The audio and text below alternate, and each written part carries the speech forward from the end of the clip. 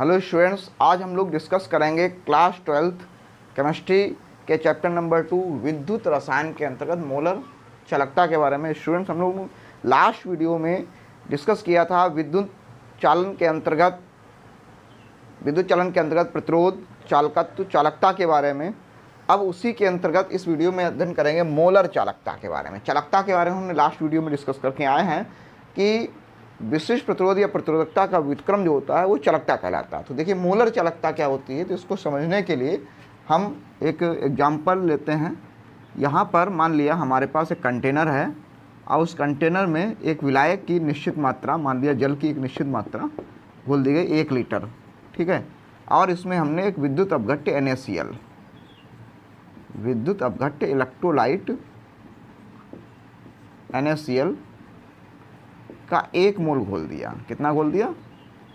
1 मोल। तो 1 मोल घोलोगे तो Na plus बनाएगा और Cl माइनस। इसके आयन बनेंगे Na प्लस Cl माइनस। जैसे ये NaCl है तो ये आयनों में टूटेगा जब Na प्लस बनाएगा और Cl माइनस आयन बन जाएंगे, ठीक है। तो ये Na प्लस और Cl आयन बनेंगे तो ये 1 मोल NaCl है तो 1 मोल Na आयन बनेंगे और 1 मोल Cl आयन बनेंगे, ठीक है स्टूडेंट्स। तो 1 मोल Na आयन और 1 मोल Cl आयन की जो चालकता होगी, 1 मोल Na आयन और 1 मोल Cl आयन की जो चालकता शक्ति होगी, इन आयनों की जो टोटल चालकता शक्ति होगी वही मोलर चालकता होगी। मतलब किसी विलयन के एक निश्चित आयतन में हमने क्या किया, विद्युत अपघट्य का 1 मोल घोला, तो 1 मोल घोलने पर जो उपलब्ध आयन हुए हमारे पास Na आयन, Cl आयन, तो इनकी जो चालकता शक्ति हो गई, इस चालकता शक्ति को, इनकी जो चालकता शक्ति होगी, ये चालकता शक्ति मीन्स कंडक्टिविटी स्ट्रेंथ, यही जो है मोलर चालकता के नाम से जानी जाएगी। चालकता शक्ति जो होगी वही लिखा हुआ है कि किसी विलयन के निश्चित आयतन में, जैसे यहाँ पर निश्चित आयतन 1 लीटर ले लिया, ठीक है। आयतन में उपलब्ध विद्युत अपघट्य, तो उपलब्ध विद्युत अपघट्य क्या हो गया? NaCl हो गया। विद्युत अपघट्य के 1 मोल में उपलब्ध आयतन उपस्थित विद्युत अपघट्य के 1 मोल में उपलब्ध आयनों की, तो 1 मोल में उपलब्ध जितने भी आयन बनेंगे उन आयनों की जो चालकता शक्ति होगी उस शक्ति को हम बोलेंगे मोलर चालकता। मोलर चालकता का जो मान होता है वो चालकता पर निर्भर करता है और जिस विद्युत अपघट्य घोला गया है उसकी सांद्रता पर निर्भर करता है। तो मोलर चालकता lambda m equal to kappa upon C होगा। C मीन्स सांद्रता। अब यदि 1 मोल विलेय विद्युत अपघट्य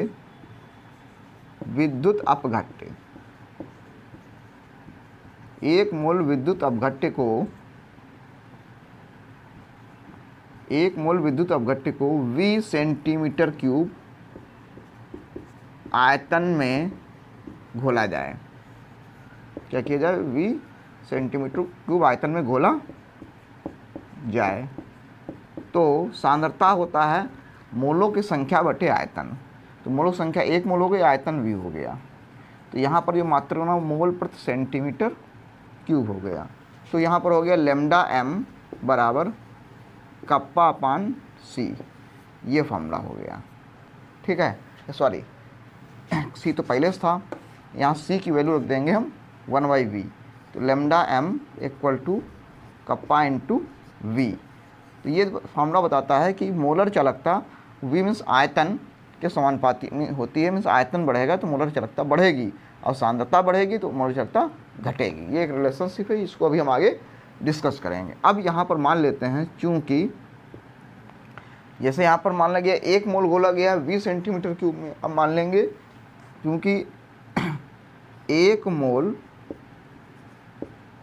मोल विलेय पदार्थ विद्युत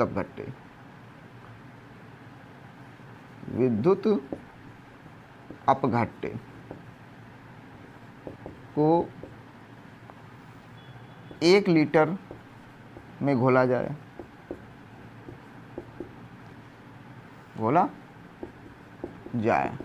तो सांद्रता को मोलरता में व्यक्त किया जाता है, ठीक है। अतः 1 मोल विद्युत अपघट्य को 1 लीटर में घोल गया, अतः m मोल माना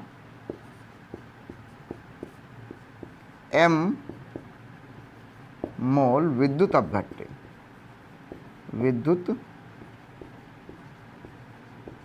अपघट्य को 1 लीटर बराबर 1000 सेंटीमीटर क्यूब आयतन में घोला जाए तो मोलरता का देखिए मान क्या होगा, इसे मान तो होना चाहिए m/v, लेकिन फॉर्मूले परिभाषा मोलरता की होती है कि 1 लीटर विलयन में घुले विलय पदार्थ की मोल संख्या, लेकिन यहाँ 1 लीटर जाए यहाँ पर किया गया है 1000 सेंटीमीटर क्यूब, तो 1000 सेंटीमीटर क्यूब गया है तो 1 लीटर को सेंटीमीटर बदल देंगे, तो v के मान में हम क्या करेंगे, यहाँ पर हम 1000 से मल्टीप्लाई करा देंगे। ठीक है, जो आयतन होगा, पर यहाँ पर आयतन जो है 1 लीटर जो है इसको हम क्या करेंगे 1000 से मल्टीप्लाई करा देंगे। अब ये आयतन क्या हो गया, कह रहा है कि m मोल विद्युत अपघट्य को 1 लीटर बराबर 1000 सेंटीमीटर आयतन में घोला जाए, मतलब आयतन जो है वहाँ पर ये लीटर ना होकर सेंटीमीटर में व्यक्त किया जाए। तो मोलरता देखिए फॉर्मूला क्या बनेगा, तो मोलर चालकता का जो फार्मूला होगा लैम्डा m बराबर इसे कप्पा अपान c है, तो c जो सांद्रता है यहाँ पर, वो सांद्रता को मोलरता में व्यक्त किया जा रहा है, और मोलरता का जो मान है वो m इंटू ऊपर यहाँ पर जो मान रहेगा ये m/1000 है, तो 1000 ऊपर चला आएगा, 1000 जो होगा ऊपर इसलिए चला गया क्योंकि यहाँ पर आयतन लिया गया है लीटर में, लेकिन यहाँ पर जो कप्पा का मान लीटर में नहीं हो सकता, कप्पा का मान मीटर में होगा, ओम सीमेंज पर सेंटीमीटर हो सकता है या सीमेंज पर मीटर हो सकता है, तो यहाँ पर यूनिट जो है सेंटीमीटर या मीटर होनी चाहिए, तो सेंटीमीटर या मीटर में होनी चाहिए, तो लीटर को सेंटीमीटर में बदलेंगे तो 1 लीटर हो जाएगा 1000 सेंटीमीटर। तो इसे मोलरता का फार्मूला जो होता है मोल पर लीटर होता है, तो मोल प्रति लीटर जब होता है तो इसको ध्यान समझो, यहाँ पर होता है मोल प्रति लीटर, तो लीटर नीचे है, तो इसी लीटर को हमने सेंटीमीटर में बदल दिया, क्या में बदल दिया, सेंटीमीटर क्यूब, ये सेंटीमीटर क्यूब में हो गया अब। ठीक है, तो सेंटीमीटर क्यूब में हो गया, तो अब ये सब समान मात्रक में हो गए, तो लैम्डा m का मात्रक फार्मूला बन गया कप्पा इंटू 1000/m। ये इंपॉर्टेंट फार्मूला है, इस पर न्यूमेरिकल लगेंगे, और ये परिभाषा पेपर में पूछी जाती है, इस साल बोर्ड में भी आई थी, किसी विद्युत अपघट्य के निश्चित आयतन में उपस्थित विद्युत अपघट्य के 1 मोल में उपलब्ध आयनों की जो चालकता शक्ति होती है उसे मोलर चालकता कहते हैं, इसे लैम्डा m से प्रदर्शित करते हैं, lambda m kappa upon c होता है। फिर कहा गया 1 मोल में यदि v सेंटीमीटर क्यूब बोला तो यहाँ सेंटीमीटर क्यूब पहले लिखा था, तो यहाँ c से 1/v हो जाएगा, तो v ऊपर आ जाएगा, लेकिन जो मोलरता के रूप करें तो मोलरता की परिभाषा होती है मोल प्रति लीटर होती है, यहाँ पर जो मोलरता की परिभाषा हमसे कहती है कि 1 लीटर में घोला जाता है 1 मोल, ठीक, तो उसे मोलरता में व्यक्त करते हैं, कह रहे हैं। लेकिन अगर m मोल को घोला जा रहा है तो लेकिन वहाँ पर आयतन 1 लीटर हो जाए, हम उसे सेंटीमीटर क्यूब में बदलेंगे, सेंटीमीटर में बदलेंगे तो 1 लीटर हो जाता है 1000 सेंटीमीटर, तो m/1000 करना पड़ेगा हमें, तो m/1000 करेंगे तो 1000 ऊपर आ जाएगा, तो ये हमारा फार्मूला बन गया, इसको स्टूडेंट नोट कर लीजिए।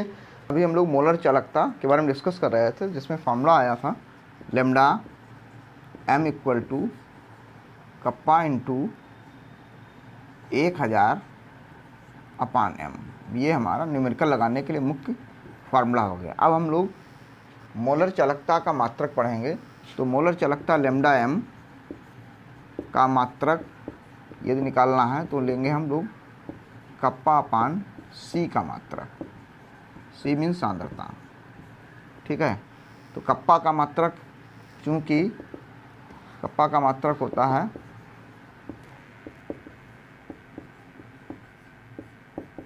Siemens centimetre -1। ठीक है स्टूडेंट्स, पहले मीटर निकाल लेते हैं, बाद में सेंटीमीटर कर लेंगे, मीटर -1। और सांद्रता का मात्रक होता है मोल प्रति लीटर होता है, लेकिन यहाँ पर